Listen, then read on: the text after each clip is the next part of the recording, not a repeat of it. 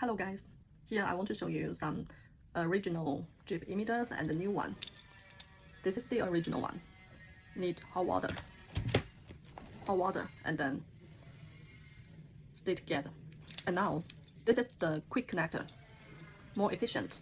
We don't need to use the hot water and just make the hose, insert. It's okay now. This one is the same. Okay. And the hose must be hard one instead of soft one.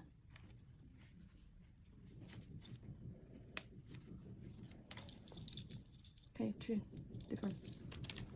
This one is cheaper, but take time. These two, little price is higher, but more efficient.